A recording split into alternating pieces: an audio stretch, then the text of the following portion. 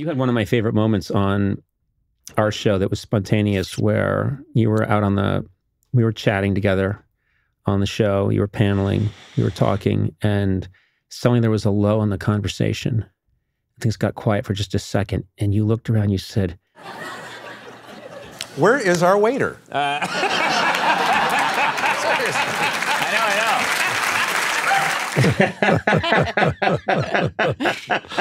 I love that. You're so good with silences. I guess you'd have to be. No kidding around. I'm used to silence. Mm-hmm. And as a stand-up comic, a seasoned stand-up comic, I don't mind silence. Mm-hmm. As you're starting off, silence is bad because you're insecure and you feel like you have to keep going. I've been silenced for like a half hour on stage. People don't say anything because they know I'm formulating ideas and I'll be coming back strong with something. Or your mind is blank. Or I'm just blanking out. Yeah. Which is the most common reason. As we've seen today, that there could be issues. What do you really want to do, Conan? I'm being really serious now. Are you happy with this? What's it, podcast? Or what, is it a web series or a podcast? I think we'd call it By the way, podcast. my hiking show airs on YouTube. Yeah. We've talked about No, we didn't talk about YouTube. On my own channel. I have a YouTube channel, believe it or not. Oh, congratulations. Are you happy with that? Very happy. You fulfilled? Very happy. Are you fulfilled? You should be. You're one of the funniest people I know. You have, as I said, a lovely wife, a very good-looking, funny, intelligent son. You've got it all. You're right. Why do I come here? Well, you're here to see me because I know you admire me. I know that you think I'm one of the all-time funniest people you've ever met. Now, that's just... You really have to kind of...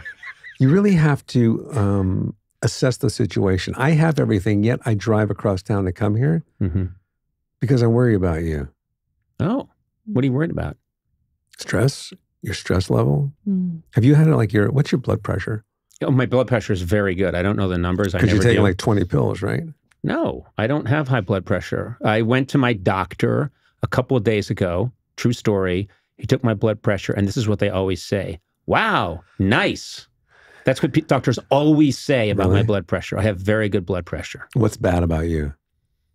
Well, I guess my intentions, my plans. How is your cholesterol? Cholesterol's okay. It's pretty good. You never hear it wow nice about that? No, I don't hear wow nice you about just hear cholesterol. Wow. No, I hear, huh, okay. I had when I was on the Simpsons. Wait for applause. Okay. When I worked on the Simpsons. And they had a van came to the Fox lot, and everyone got a free cholesterol test. And everyone went and got their cholesterol. And I got mine.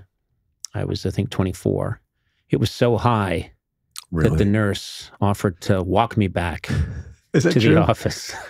Yeah, it was like practically 300. What happened? Why was it that high? I think just I was very... and it's funny, it doesn't really, I don't think, runs in my family. So and then someone told me that stress. Now, you remember me back in the day. I was a tightly wound, very tightly wound guy who would rub my fingers together. I was burning. I was a burning coal. You have no fingerprints anymore. You've rubbed them so many times. That's why I've committed so many successful murders. Really? But I believe that stress was a big part of it. Oh, definitely. But I'm much better now. And it's not genetic. No, I don't think it's genetic. Does it run in your family?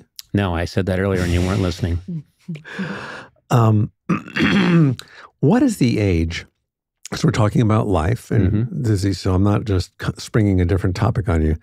What is the age where people don't ask when somebody dies, what happened? It's like, is it 82? I think you got to be well into your 80s now. People live longer. Everyone says what happened. My brother Neil will say what happened if, Norman Lear just turned 100. If he lives another 7 years and then passes away quietly in his sleep, and I call my brother Neil and say, Norman Lear passed away at 107, Neil's going to go, what happened? Oh, he's like the only person that does that. He does that every time. And I say, well, he was on his motorcycle and he ran into an Exxon tank and it exploded. Yeah. I mean, I don't know what he wants from me, but he always says, what happened? Yeah. The person could be 95, 98. What happened? What happened? Well, I think it's maybe 85 now with it. So essentially, you could kill somebody over 85. You can murder them and nobody will investigate it. That's not true. I want to be a responsible. From my experience, it is. I want to be a responsible podcaster, and I want to say that that's not the case. That when the police show up and there's an 88-year-old lying there and there's a chainsaw halfway through their head and a note that says, "I finally got you, ha ha, enjoy hell," they're going to investigate. They're going to investigate. That's all natural causes right there. Not natural causes. Yeah. The note is not in the victim's handwriting. And there's a PS that says, "I love to murder." Could be a comic. Okay. Got it. Take a break. We'll be right back. Listen, you've met them all. You've met them all. You met Johnny Carson, obviously, and you got to be a guest on Carson's show. Of course, there are a lot of young people that don't understand the significance of that, but that was a very different time. If you went on Johnny Carson, it was a huge deal, and you were sort of anointed a star by being on his show. Well, I never got a star. Do you have a star on the Hollywood Walk of Fame? I do not. Okay, good. It's funny because Johnny Carson, can we be serious? Johnny Carson was like the guy, the talk show king. He was the only one, really. He validated you as a comic. Yeah. And you'd have that on the top of your bio. Yeah. And then as time went by, you lower it down the list of things you've done. And then all of a sudden you take it off because it dates you. Yeah. And so Johnny Carson is no longer on my resume. Really? I'd keep it on forever. Do you have a resume? I do. I refresh it every day. 8x10? Yeah. I'm always ready to go. I have one in my trunk of my car just in case things hit the fan. Who was the first famous celebrity you ever met or saw? I want to say it was James Coburn. I think we talked about this on an earlier episode of the podcast. I may not have been listening. Oh.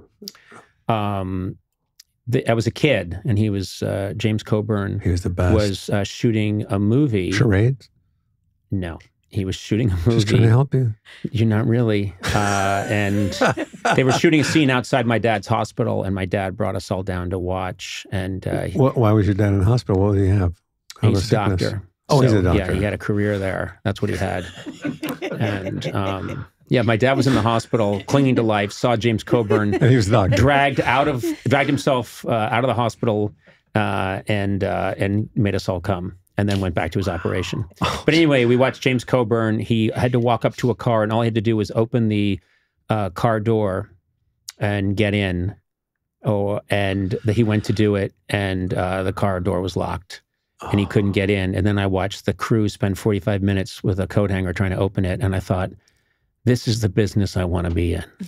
This is magic. Do you want to know who I saw? Not really. I think I'm good.